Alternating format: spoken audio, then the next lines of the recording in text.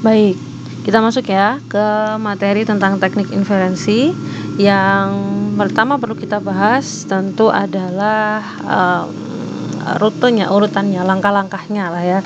Langkah-langkah ini tidak paten, artinya ini hanya saya tulis untuk memudahkan Anda kira-kira mana yang harus dikerjakan lebih dulu gitu. Tentunya ini hanya berdasarkan dari pengalaman. Ini bukan langkah-langkah yang paten. Anda bisa melihat dan mempelajari langkah-langkah inferensi itu dari banyak sumber. Nah, yang pertama adalah tentukan dulu formula dari premis yang ada. Anda masih ingat kan ya istilah premis itu ya? Jadi Anda rumuskan dulu formula dari premis yang ada. Artinya ini kalau soalnya ditulis dalam bentuk kalimat, Anda harus merumuskan dalam bentuk simbolik terlebih dahulu dan juga menatanya dalam bentuk formula. Biasanya ada beberapa premis. Kalau di metode-metode yang sebelumnya kita kan nggak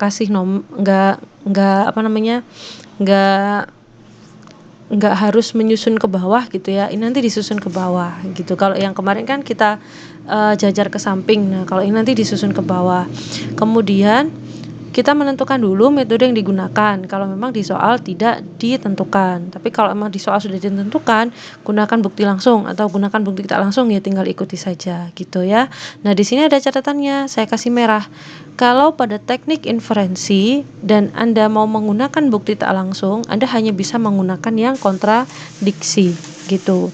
Kan kemarin Anda tahu bahwa pada metode tak langsung itu ada teknik kontradiksi dan juga ada metode kontradiksi, ada jenis kontradiksi, ada juga jenis yang kontraposisi.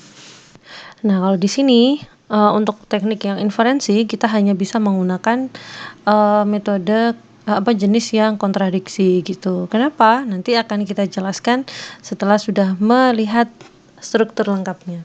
Kemudian langkah yang ketiga adalah menulis premis dalam urutan langkah nomor 1, 2, dan seterusnya. Artinya kita kasih nomor ke bawah gitu. Jadi kalau biasanya di sini pada langkah ini biasanya ada yang membuat tabel, ada juga yang tidak. Jadi langsung disusun ke bawah gitu aja. Nanti di sini di contoh ini akan saya peragakan yang menggunakan tabel. Artinya bukan tabel kemarin ya, cuman tabel yang kotak-kotak gitu supaya untuk memudahkan saja, tapi nggak harus pakai itu, langsung ditulis juga nggak apa-apa gitu ya. Kayak normalisasi kemarin itu kan kita susun langsung ke bawah kan, ke bawah gitu kan, artinya berarti dia nggak dikotain gitu, nggak menggunakan tabel. Nanti Anda bisa menggunakan bantuan tabel juga. Kemudian di langkah yang keempat kita akan menginferensikan suatu konklusi. Menginferensikan itu artinya apa ya? Menurunkan atau menyederhanakan atau membentuk suatu konklusi berdasarkan premis-premis sebelumnya dengan menggunakan aturan-aturan inferensi gitu. Jadi nanti akan ada aturan-aturan inferensi dan juga dengan bantuan teorema-teorema ekuivalensi yang sudah disampaikan sebelumnya gitu. Jadi yang teorema ekuivalensi itu tetap dipakai, nanti dipakai di sini juga. Kemudian kalau sudah nanti diinferensikan terus beruntun ke bawah, kayak Anda mengerjakan normalisasi itu kan disederhanakan sampai ke bawah gitu kan. Proses ini juga sama gitu, mirip seperti itu. Kemudian langkah yang terakhir adalah memeriksa konklusi akhir. Kalau menggunakan metode langsung, berarti tujuan kita adalah ke kesimpulan. Sama nggak dengan kesimpulannya gitu. Tapi kalau kita menggunakan metode tak langsung yang kontradiksi, maka tujuan akhir kita adalah menemukan nol atau suatu kontradiksi gitu. Nah, jadi itu langkah-langkahnya seperti itu. Ada satu catatan tambahan yang dituliskan di beberapa buku sumber, yakni untuk dalam rangka mau mengarah kepada pembuktian suatu kesimpulan atau pengecekan kevalidan suatu argumen, kan kita biasanya menuliskan secara formal P1, konjungsi P2, konjungsi P3, dan seterusnya. Artinya premis-premisnya digabungkan dengan konjungsi, kemudian implikasi ke kesimpulan.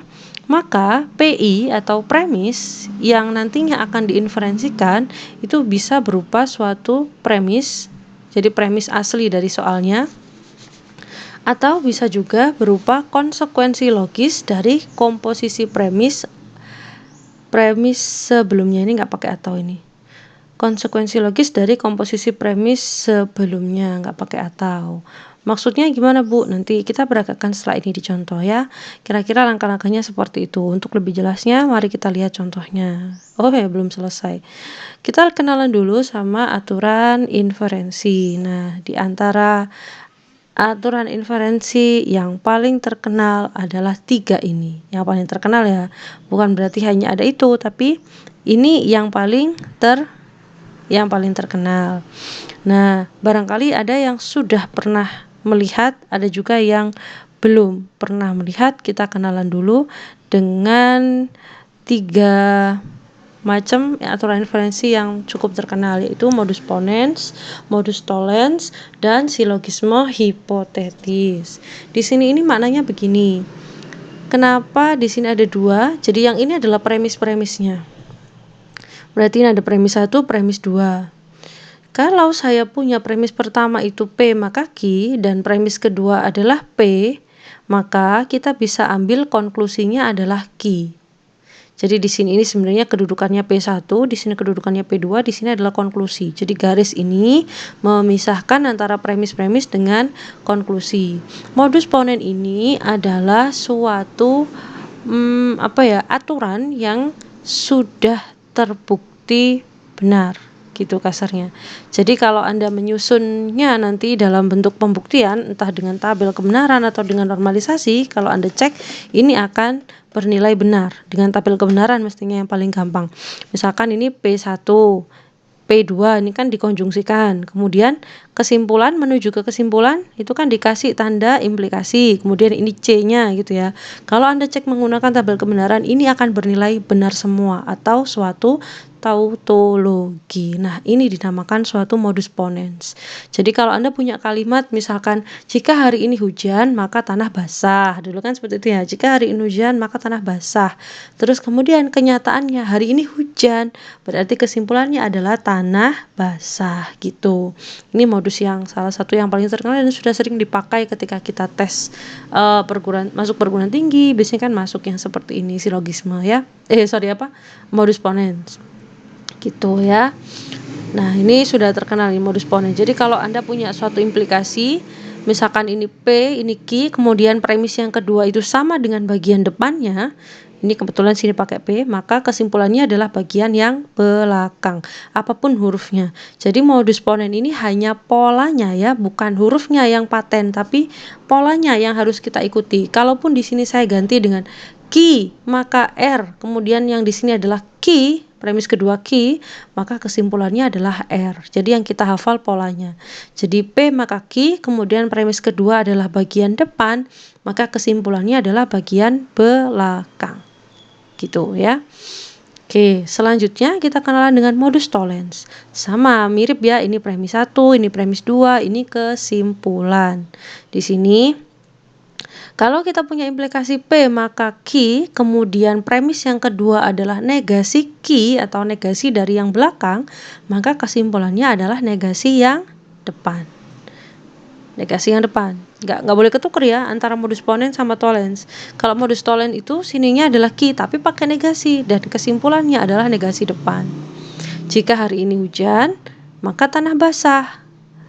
Kemudian ada premis yang kedua yang mengatakan tanah tidak basah, berarti hari ini tidak hujan gitu ya. Itu seperti itu kira-kira contohnya modus tollens. Sama, ini juga berupa tautologi.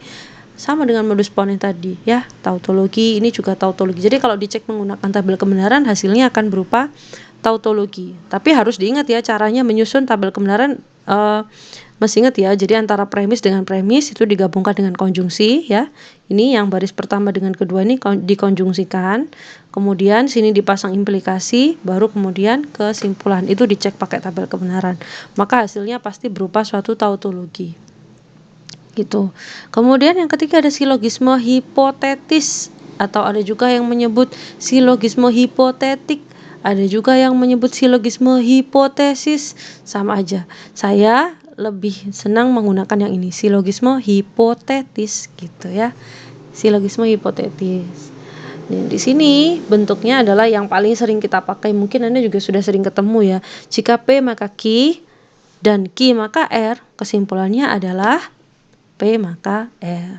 Jika hari hujan, jika saya lulus kuliah, maka saya memperoleh ijazah.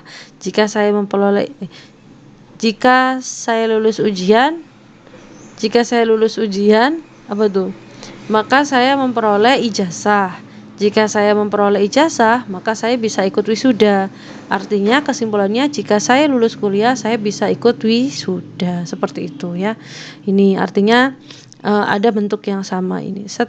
Ini bisa bisa disederhanakan. Gitu kira-kira ya.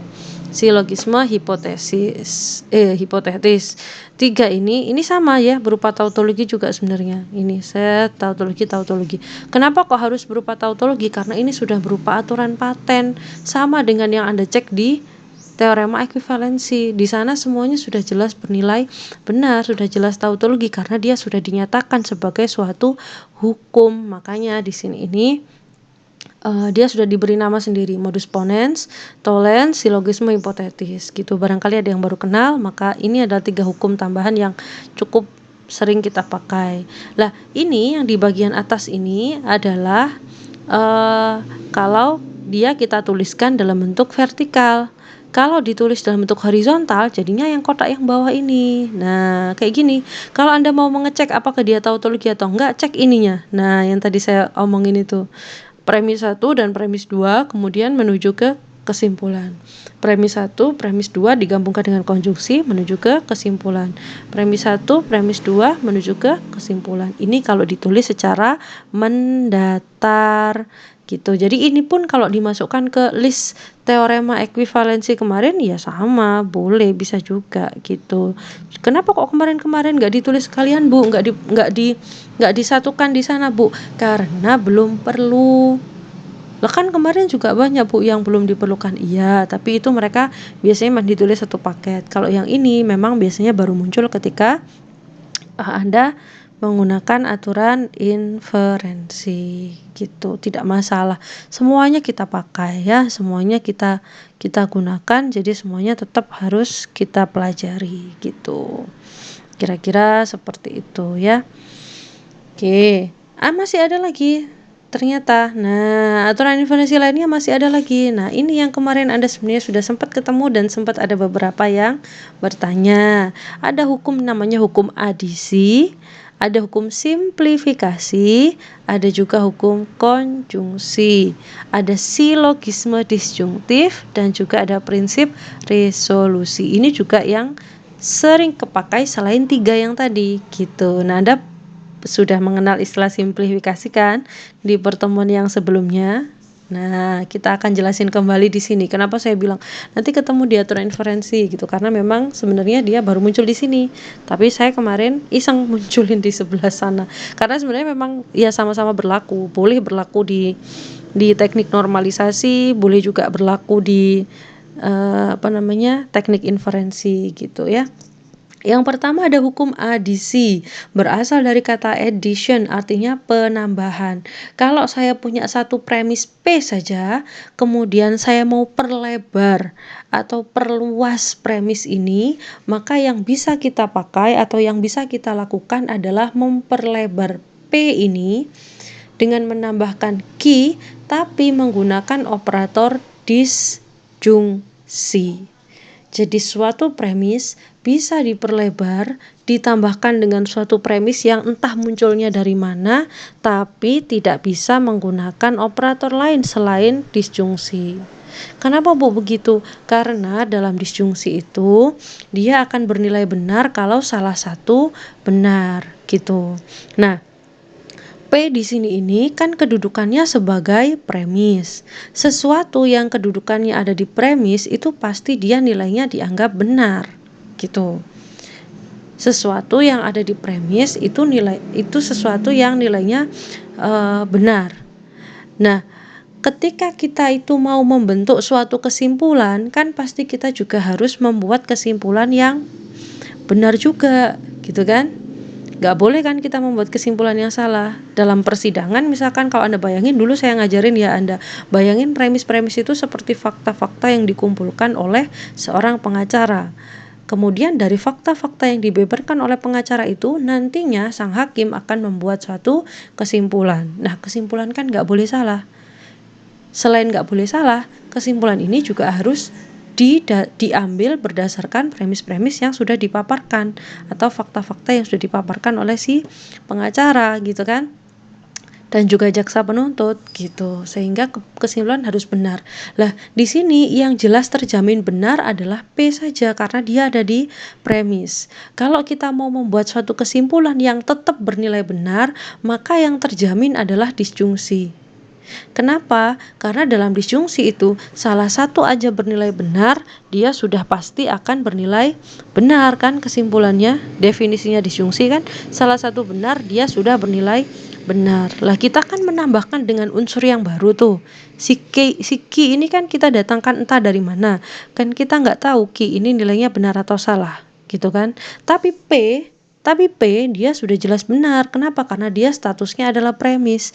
Karena P ini benar, maka meskipun kita disjungsikan dengan Q, pasti jaminannya kesimpulan ini adalah benar. Ya kan? Tapi kalau umpama di sini kita ganti dengan konjungsi, P-nya benar, tapi Q-nya kan kita nggak tahu dari mana, wong ini tambahan dari luar. Padahal kalau konjungsi untuk membuat dia menjadi bernilai benar, maka dua-duanya harus bernilai benar. Lah, kita nggak punya jaminan itu gitu.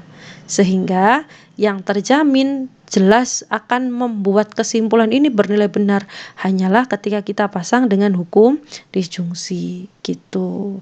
Maka di sini ini namanya hukum adisi itu secara sederhana diartikan kita bisa memperlebar suatu premis. Artinya dimunculkan satu premis yang lain bisa, tapi penyambungnya atau operatornya haruslah menggunakan disjungsi gitu ya, kira-kira seperti itu gitu ya. Oke, lanjut. Selanjutnya ada hukum yang namanya simplifikasi. Dari kata simplification, simplifikasi berarti kan menyimpelkan, menyederhanakan gitu kan.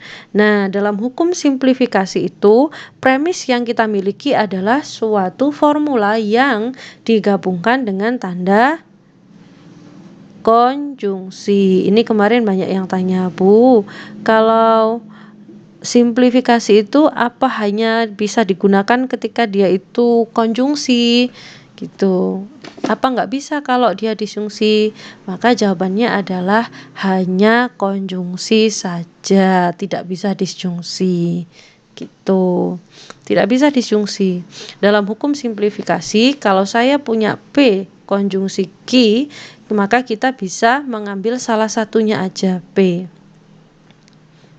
Boleh nggak diambil Q? Boleh, ini simplifikasi juga. Artinya ini kenapa saya tulis pecah menjadi dua seperti ini, supaya Anda tahu bahwa kita boleh ngambil P, boleh juga ngambil Q gitu loh. Meskipun di buku-buku kadang-kadang cuma diambil yang depan aja. Tapi boleh, kan dia komutatif. Jadi boleh diambil yang depan, boleh yang diambil yang belakang. Kenapa kok bisa begitu, Bu? Dan kenapa dia hanya berlaku di konjungsi? Karena dalam hal ini premisnya adalah P konjungsi Q. Kalau premisnya itu P konjungsi Q, ingat premis itu kan nilainya benar. Karena ini konjungsi dan formula ini bernilai benar, maka pastilah terjamin P-nya itu bernilai benar dan Q-nya bernilai benar juga. Karena kalau sampai ada salah satu yang nggak benar, nggak mungkin dia akan bernilai benar, ya kan? Padahal dia kan premis. Premis itu sudah terjamin benar. Karena konjungsi berarti P benar dan Q juga benar. Sehingga kalau saya ambil salah satunya tok sebagai kesimpulan, boleh nggak? Boleh, karena terjamin benar. Mau saya ambil P-nya nggak apa-apa, P jelas benar karena dia konjungsi. Saya ambil Q-nya aja boleh nggak? Boleh, karena dia konjungsi. Itulah sebabnya kenapa hanya bisa menggunakan hukum konjungsi. Kalau misalkan di sini ini hukumnya disjungsi, premisnya di sini ini adalah disjungsi, kemudian mau diambil salah satu. Nggak bisa. Kenapa? Karena dalam disjungsi kayak ini tadi kan, kalau misalkan ini dia bernilai benar di sini, padahal di hukum disjungsi itu salah satu aja yang benar itu sudah bernilai benar. Nah, kita kan nggak tahu di antara P sama Q ini mana yang bernilai benar. Gitu, nggak ada jaminannya gitu loh. Kalau ini wis jelas terjamin kan konjungsi ini pasti ini benar dan benar, karena premis dia kesimpulannya selalu, karena premis itu nilainya selalu benar, satu deret ini atau satu kurung ini semua benar-benar gitu. Sedangkan kalau dia disjungsi nggak ada jaminannya mana yang bernilai benar. Betul, memang dalam satu paket atau dalam satu formula ini, kalaupun ini disjungsi dalam premis dia bernilai benar, tapi kan kita nggak tahu yang mana, apakah dua-duanya bernilai benar ataukah cuma salah satu aja yang bernilai benar, kita nggak tahu. Maka kalau mau ngambil salah satu nggak ada jaminan bahwa yang kita ambil itu bernilai benar gitu. Jadi nggak bisa kita menggunakan disjungsi, nggak bisa menggunakan hukum simplifikasi ketika dia ini operatornya adalah disjungsi. Ya, jadi saya ulang, untuk hukum simplifikasi hanya bisa digunakan ketika dia itu adalah suatu konjungsi saja. Gitu ya. Baik, selanjutnya ada hukum namanya konjungsi. Kalau saya punya premis 1 P, premis kedua adalah Q. Kesimpulannya apa? Ya P dan Q. Ya kan? Masih ingat kan? Karena antar premis itu digabungkan dengan tanda konjungsi. Ini kan, kayak gini nih kan. Nah, premis-premis kan konjungsi. Ya sudah, gitu ya kan. Antar premis dengan premis ya konjungsi. Mau diapain lagi gitu ya, konjungsi.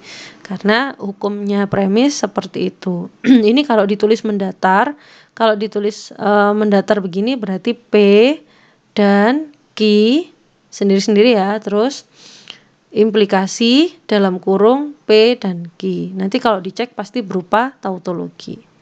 Itu hukum konjungsi. Apakah ada Bu nanti contoh hukum yang menggunakan konjungsi? Ada, nanti kita peragakan di belakang ya. Kapan kita bisa pakai konjungsi? Terus ada juga silogisme yang namanya silogisme disjungtif. Ini salah satu jenis yang lainnya selain yang tadi yang paling kondang silogisme hipotetis. Ini ada lagi yang lainnya, namanya adalah silogisme disjungtif. Dalam hal ini dikatakan silogisme disjungtif karena dia memang tidak menggunakan implikasi. Dia pakainya adalah disjungsi. Jadi namanya silogisme disjungtif. Premis 1, saya punya P disjungsi Q, kemudian premis yang kedua saya punya negasi P, maka kesimpulannya yang bisa kita ambil adalah Q, gitu ya. Kesimpulan yang bisa kita ambil adalah Q, gitu. Silogisme disjungtif. Yang terakhir ada prinsip resolusi. Kalau saya punya P disjungsi Q, kemudian premis yang kedua negasi P disjungsi R, maka kesimpulannya adalah Q disjungsi R. Ini juga bisa Anda coba pakai tabel kebenaran ya. Semua hukum ini adalah suatu tautologi. Jadi sudah jelas nilainya adalah benar dan Anda bisa menggunakan hukum ini untuk melakukan teknik inferensi gitu. Nah, ini kalau misalkan ditulis secara horizontal ya. Kalau ditulis horizontal semuanya tadi seperti ini. Set. Nah, ini tadi yang konjungsi, kemudian yang resolusi, kemudian ini ada juga tambahan namanya tautologi ini bisa dibilang nggak ada nama hukumnya khusus gitu loh. Tapi kalau ini dicek, ini juga akan berupa suatu tautologi, maka dia ditulis tautologi aja. Gitu ya. Ini boleh dipakai gitu. Saya tulis catatannya. Semua hukum atau aturan di atas juga sudah merupakan tautologi meskipun nama hukumnya berbeda. Jadi ini dikasih nama beda-beda, semuanya tetap berupa suatu tautologi. Artinya kalau dicek itu nilainya dalam tabel kebenaran nilainya benar semua gitu ya. Jangan bingung. Nanti, Bu, kok double sih Bu, saya tuh bingung Bu, ada istilah dulu katanya tautologi itu adalah suatu kondisi kalau semua tabelnya, yang di komponen di tabel itu semuanya benar, itu namanya tautologi. Kok sekarang ini ada hukum yang namanya tautologi? Ya nggak apa-apa, yang itu jangan rancu ya. Tautologi itu kan kondisi di mana semua komponen kebenarannya kan di bagian kesimpulan akhir dia benar benar semua ya kan. Nah, kalau di sini dipasang tautologi karena memang dia nggak ada nama khususnya, belum ada yang ngasih nama gitu, tidak ada yang mengklaim dan tidak ada yang memberi nama. Jadi dikasih nama apa, ya udah biar aja tautologi gitu. Sebenarnya nggak dikasih apa-apa pun nggak apa-apa ini gitu ya. Terus di sini Bu, ini juga ada konjungsi. Kan konjungsi itu operator katanya Bu. Kenapa kok di sini ini hukumnya juga namanya konjungsi? Ya karena memang menggunakan prinsip yang sama, ya dikasih nama aja konjungsi. Sama dengan yang bagian ini tadi. Kebetulan tidak ada pakar yang memberikan nama khusus untuk hukum ini. Gitu, tidak ada nama khususnya, nggak kayak modus ponens, modus tollens, nggak dikasih nama khusus gitu, sehingga dikasih nama apa di sini, ya udah karena ini menggunakan hukum konjungsi, kasih aja namanya hukum konjungsi gitu, nggak dikasih juga nggak apa-apa gitu. Di sini mau ditulis tautologi juga sebenarnya boleh aja gitu, tapi supaya tidak bingung ketika kita mengerjakan, ya dibedain aja gitu ya. Nggak usah bingung antara operator dengan hukum. Nama-nama hukum ini hanya untuk mempermudah gitu, supaya kita itu bisa cepat ngeceknya. Oh ini menggunakan tolen, oh ini menggunakan ponen gitu. Ketika menjelaskan ke orang lain supaya lebih mudah gitu. Tetap sebenarnya konjungsi itu adalah operator ya, yang seperti ini namanya operator konjungsi. Dan tetap juga yang namanya tautologi itu adalah suatu kondisi di mana suatu formula itu nilai kebenarannya adalah benar untuk semua komponen kebenaran yang mungkin gitu ya. Nggak usah bingung dengan istilah, kita ikuti aja gitu. Nah yang ini masih ingat ya, yang ini tetap saya tulis ulang, tetap saya cantumkan karena supaya Anda setiap minggu semakin hafal dan semakin sering menggunakan teorema ekuivalensi. Nah yang ini juga sama kan, ini lanjutannya, cuman kalau kemarin-kemarin kan yang bagian ini kan belum dikasih nama, masih kosongan ya. Nah karena belum dikasih nama, jadi ini bisa di print ulang. Kalau yang mau ngeprint silahkan. Ini bisa dipakai lagi bisa ditulis kembali. Ini nama hukum-hukumnya yang sudah ngeprint, tulis saja ulang. Ini saya lengkapi gitu. Yang lainnya sama kayak yang kemarin itu. Dan ini semua juga bisa bisa